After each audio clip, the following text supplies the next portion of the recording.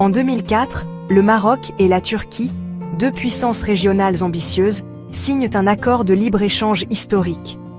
Leur objectif est clair, stimuler les échanges commerciaux, attirer de nouveaux investissements et renforcer leurs liens économiques pour bâtir un avenir prospère ensemble. Les deux pays espèrent ainsi créer des opportunités inédites pour leurs entreprises et ouvrir la voie à une coopération durable et équilibrée. L'objectif affiché ? Supprimer les barrières douanières, faciliter la circulation des marchandises et encourager la création de partenariats gagnant-gagnant. Les entrepreneurs des deux pays rêvent alors d'un marché commun dynamique, où chacun trouverait sa place et profiterait de la croissance. Mais 20 ans plus tard, le rêve d'équilibre s'estompe peu à peu. Les produits turcs, de plus en plus nombreux et compétitifs, inondent le marché marocain, tandis que les exportations marocaines, elles, stagnent et peinent à trouver leur place sur le marché turc.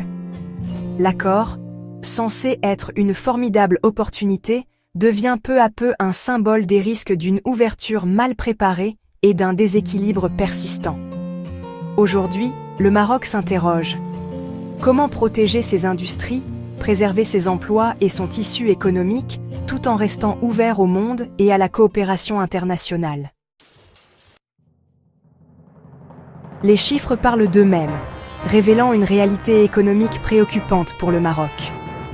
Derrière les statistiques, ce sont des milliers d'emplois et d'entreprises qui sont en jeu, impactés par des échanges déséquilibrés. En 2019, le déficit commercial du Maroc avec la Turquie atteint près de 2 milliards de dollars.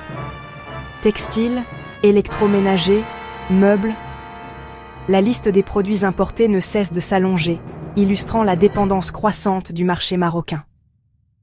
Les produits turcs envahissent les rayons et s'imposent dans le quotidien des consommateurs marocains, au détriment des marques locales.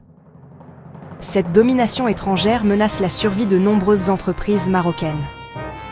Les industriels dénoncent une concurrence jugée déloyale, avec des prix imbattables et des conditions difficiles à égaler pour les PME locales, qui peinent à rester compétitives sur leur propre marché.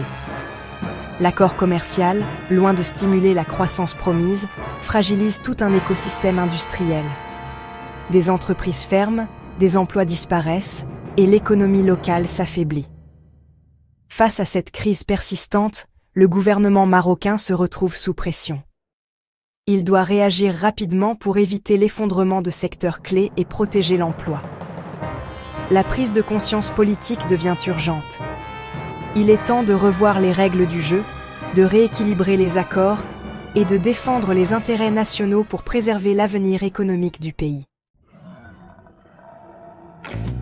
Le textile marocain, pilier industriel et social, subit de plein fouet la concurrence turque. Des milliers d'emplois disparaissent, les usines ferment, la colère monte. En 2020, le Maroc impose des droits de douane élevés sur les textiles turcs pour protéger ses entreprises. Cette mesure marque un tournant. Défendre l'industrie nationale devient une priorité. La Turquie proteste, mais pour le Maroc, il s'agit de survie économique. Le message est clair, le libre-échange doit être équitable. La protection du textile n'est qu'un début. Derrière chaque rouleau de tissu, il y a des emplois, des familles, et tout un écosystème à préserver. Protéger, c'est aussi préparer l'avenir, en donnant aux acteurs locaux les moyens de s'adapter à un marché mondial en constante évolution. En 2021, le Maroc et la Turquie renégocient l'accord. Cette étape marque une volonté commune de rééquilibrer les échanges et de renforcer la confiance entre les deux pays. Désormais, des droits de douane protègent les secteurs sensibles pendant 5 ans, offrant un bouclier temporaire mais essentiel pour les industries locales. Les entreprises marocaines gagnent du temps pour se moderniser, investir dans de nouvelles technologies et former leurs équipes. Le déficit commercial se réduit, l'industrie textile respire à nouveau, retrouvant dynamisme et compétitivité sur le marché international.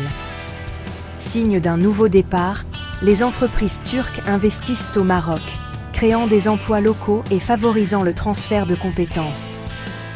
Le partenariat évolue. Il ne s'agit plus seulement d'importer, mais de produire ensemble, d'innover et de bâtir des synergies durables.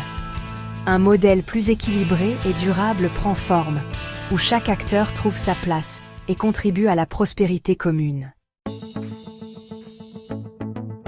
L'accord Maroc-Turquie montre qu'un partenariat économique doit être encadré et ajusté.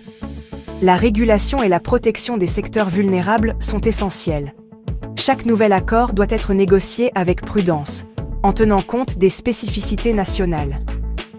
L'expérience turque rappelle l'importance d'études d'impact et de clauses de sauvegarde. L'objectif, faire du commerce international un levier de développement, pas une menace. Pour le Maroc, l'avenir passe par des partenariats intelligents, équilibrés et créateurs de valeur.